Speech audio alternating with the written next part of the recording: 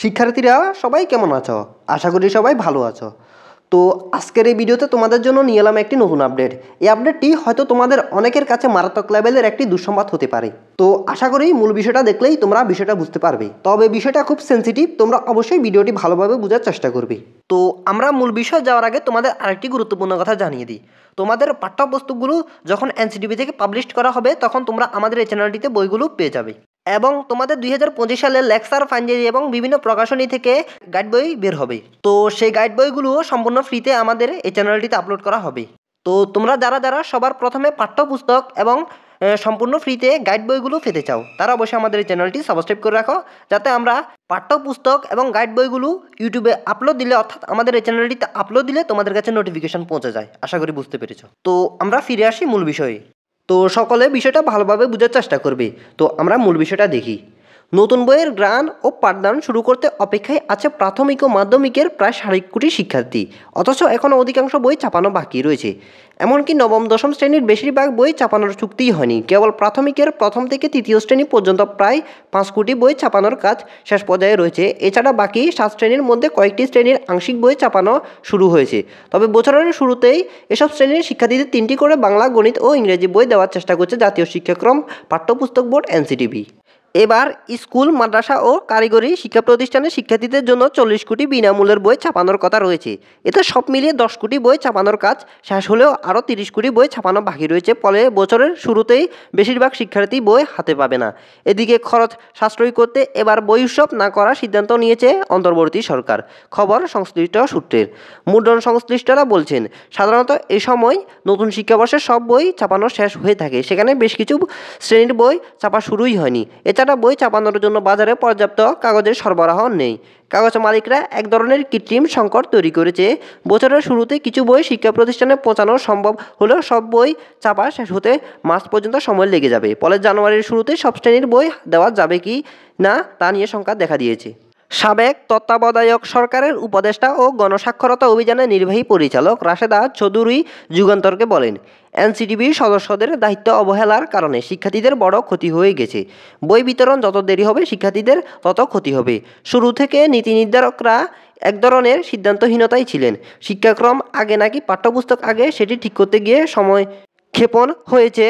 শিক্ষাক্রম একটি চলমান প্রক্রিয়া হলেও আমরা ফিরে গিয়েছি আগের কারিকুলামে। এতে বিশ্ব এগিয়ে গেলেও আমরা পিছিয়ে যাচ্ছি। তাছাড়া সব শ্রেণীর শিক্ষার্থীরা এক ধরনের মানসিক অস্থিরতার মধ্যে রয়েছে। তারা এক ধরনের ট্রমার মধ্যে সময় পার করছেন। এখন তাদের ক্লাসে ফিরে যাওয়ার সময় হলেও সেই পরিবেশ তৈরি হয়নি। তবে শিক্ষার্থীদের পাঠ্যবই যথাসময়ে দিতে না পারলে তাদের খেলাধুলো ও সাংস্কৃতিক কার্যক্রমে আকৃষ্ট করতে হবে।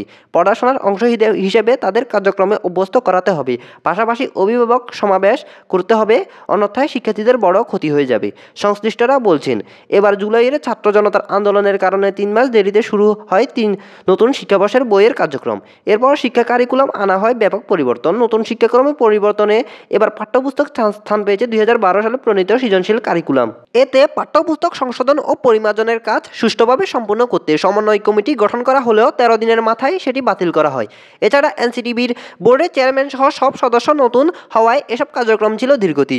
এতেও বেশ সময়ক্ষেপণ হয়েছে। এছাড়া পরিমার্জন ও সংশোধন কমিটি নিয়ে বেশ বিতর্ক রয়েছে। এবার প্রথম থেকে তৃতীয় শ্রেণীর বাংলা বই, জাতীয় সঙ্গীত ও পতাকা চাপানো হয় বইয়ের শেষে। এটি নিয়ে ব্যাপক সমালোচনা চলছে। সবকিছু মিলে এক ধরনের হযবরল অবস্থা বিরাজ করছে। সামনে যে কয়দিন সময় আছে, এর মধ্যে 30 কোটির মতো পাঠ্য বই ছাপানোর সক্ষমতা দেশের মুদ্রণ ব্যবসায়ীদের নেই। এছাড়া এ সময়ে চাহিদা মতো মানের এত কাগজ পাওয়া নিয়েও কৃত্রিম সংকট দেখা দিয়েছে।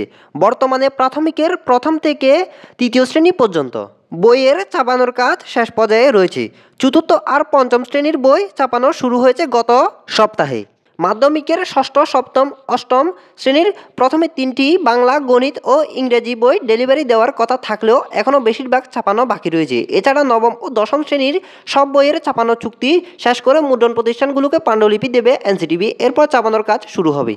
এ বিষয়ে ঢাকা বিশ্ববিদ্যালয়ের শিক্ষা ও গবেষণা বিভাগের অধ্যাপক ডক্টর মোহাম্মদ সিরাজুল ইসলাম যুগান্তরকে বলেন, নির্ধারিত সময়ে বই না পাওয়ার বিষয়টি দুঃখজনক। তবে বর্তমান শিক্ষার্থীদের জন্য খেলাধুলা ও শরীরচর্চা খুবই গুরুত্বপূর্ণ। কারণ শিক্ষার্থীরা মোবাইল নিয়ে বেশি ব্যস্ত থাকে। বই হাতে না পাওয়া পর্যন্ত তাদের খেলাধুলা ও কারিকুলাম অ্যাক্টিভিটিস নিয়ে ব্যস্ত রাখতে হবে। যদি শিক্ষার্থীদের বই পেতে খুব দেরি হয়, সেক্ষেত্রে সিলেবাসও সংক্ষিপ্ত করতে হবে। তো শিক্ষার্থীরা, তোমাদের যদি সিলেবাস সত্যি সংক্ষিপ্ত করা হয় তাহলে এটি তোমাদের জন্য বিশাল একটি সুখবর হতে পারে, কারণ সিলেবাস সংক্ষিপ্ত করলে তোমাদের পরীক্ষা হবে সহজ। পাশাপাশি তাদের হাইজেনিক বিষয়ে সচেতনতা বাড়ানোর উদ্যোগ নিতে হবে, এতে শিক্ষার্থীদের কিছুটা হলেও ক্ষতি কমে আসবে। এনসিটিবির চেয়ারম্যান অধ্যাপক এ.কে.এম. রিয়াজুল হাসান যুগান্তরকে বলেন, এবছরের শুরুতেই প্রাথমিকের পর্যায়ে প্রত্যেক শ্রেণীতে সব বই দেওয়ার চেষ্টা করছি, মাধ্যমিক পর্যায়ে প্রত্যেক শ্রেণীতে 3টি করে বই দেওয়ার কাজ চলছে। পাশাপাশি যেসব শ্রেণীর চাপানো চুক্তি বাকি রয়েছে সেগুলো দ্রুত শেষ হয়ে যাবে। এছাড়া যেসব বইয়ের পরিমার্জন ও সংশোধন রয়েছে সেগুলো দ্রুত দেওয়া হবে। যথাসময়ে এই কাজ শেষ করার চেষ্টা করছি। শিক্ষার্থী সব বই কবে হাতে পাবে এ বিষয়ে তিনি বলেন, নতুন শিক্ষাবর্ষের শুরুতে সব শ্রেণীর সব বই দেওয়া সম্ভব না হলেও শিক্ষার্থীদের কিছু কিছু বই দেওয়া হবে। তাছাড়া কাগজ সংকট নিয়ে যেসব অভিযোগ রয়েছে সেগুলো সত্য নয়। নিম্নমানের কাগজ দিয়ে বই চাপানোর জন্য প্রেস মালিকরা এসব অভিযোগ তুলছেন। আগামী শিক্ষাবর্ষে নতুন বইয়ের কাগজের ওজন 70 গ্রাম থেকে বাড়িয়ে করা হয়েছে 80 গ্রাম, আর উজ্জ্বলতা 80% থেকে বেড়ে হবে 85%। নতুন বছরের জন্য শুরু থেকে দশম শ্রেণী পর্যন্ত সব মিলে 40 কোটি নতুন বই চাপানো হচ্ছে। চুক্তি অনুযায়ী বইয়ের মান ঠিক থাকবে কিনা তা নিয়ে এক ধরনের সংখ্যা দেখা দিয়েছে। জানতে চাইলে এনসিটিবির চেয়ারম্যান অধ্যাপক এ.কে.এম. রিয়াজুল হাসান বলেন, বইয়ের কাগজের মান নিয়ে আমরা সচেতন। কোনো মুদ্রণ প্রতিষ্ঠান নিম্নমানের কাগজে দিয়ে বই চাপানোর চেষ্টা করলে তার বিরুদ্ধে যথাযথ ব্যবস্থা নেওয়া হবে। এনসিটিবি কর্মকর্তা সূত্রে জানা যায়, এবার প্রাক প্রাথমিক থেকে দশম শ্রেণী পর্যন্ত 4,34,03,283 শিক্ষার্থীর জন্য 966 লটে চাপা হবে 40,15,67,202 কপি বই। এর মধ্যে প্রাথমিকে 2,09,44,479 শিক্ষার্থীর জন্য চাপানো হচ্ছে 9,19,54,355 কপি বই। অন্যদিকে মাধ্যমিকের 2,24,58,804 শিক্ষার্থীর জন্য চাপানো হচ্ছে 30,96,12,847 কপি বই। এর মধ্যে ইবতেদায়ী ও ক্ষুদ্র নিগোষ্ঠীর বইও যুক্ত করা হয়েছে। এছাড়া ব্রেল বই রয়েছে 8,500।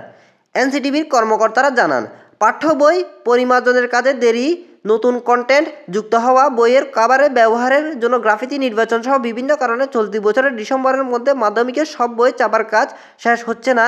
বছরের শুরুতে শিক্ষার্থীরা যাতে কিছু বই হাতে পায় সে চেষ্টাই করছে এনসিটিবি। সেজন্য ষষ্ঠ থেকে দশম শ্রেণীর প্রত্যেক শ্রেণীর 2-3টি বই আগে চাপানোর চেষ্টা করছে। বাংলাদেশ মুদ্রণ সমিতির সাবেক সভাপতি তোফায়েল খান যুগান্তরকে বলেন, এখনও নবম দশম শ্রেণীর সব বই চাপানোর চুক্তি শেষ হয়নি। এসব শ্রেণীর কেবল নোহা পেয়েছে মুদ্রণ প্রতিষ্ঠানগুলো।